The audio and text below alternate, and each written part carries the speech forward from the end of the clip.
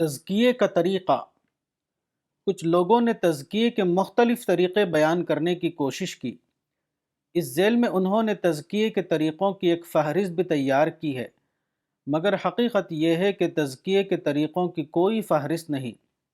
آپ خواہ کتنی ہی لمبی فہرست بنا لیں، مگر کوئی بھی فہرست تزکیے کے طریقوں کی جامع نہیں بن سکتی۔ کوئی بھی فہرست تزکیے کے طریقوں کا احاطہ نہیں کر سکتی۔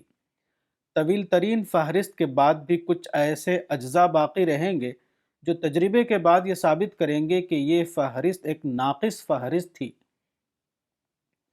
اصل یہ ہے کہ تزکیے کا تعلق کسی فہرست سے نہیں ہے، بلکہ انسان کے اپنے ارادے سے ہے۔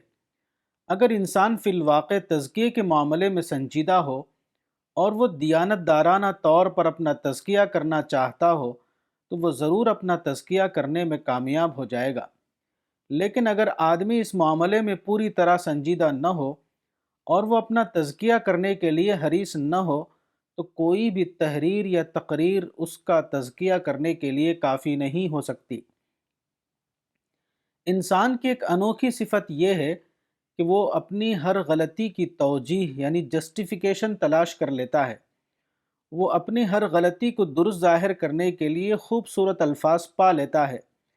ایسی حالت میں کوئی بھی مصلح یا مربی اس کا تزکیہ نہیں کر سکتا۔ تزکیے کے لیے ضروری ہے کہ آدمی خود اپنے بارے میں ایک باشعور فیصلہ کرے۔ اس کا یہ فیصلہ اتنا زیادہ محکم ہو کہ وہ ہر حال میں اس پر قائم رہے۔ اس معاملے میں کسی بھی عذر یعنی ایکسکیوز کو وہ اپنے لیے عذر نہ بنائے۔ تزکیے کے معاملے میں اصل چیز تزکیے کا ارادہ ہے۔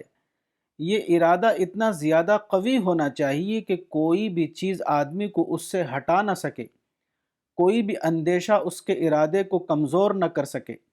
اس معاملے میں وہ کسی بھی دباؤ کو قبول کرنے پر راضی نہ ہو۔ اس کا یہ قول ہو کہ مجھے لازمی طور پر اپنا تزکیہ کرنا ہے، خواہ مجھے اس کی کوئی بھی عملی یا نفسیاتی قیمت دینا پڑے۔ کتاب تزکیہ نفس، مولانا وحید الدین خان، صفحہ نمبر 31۔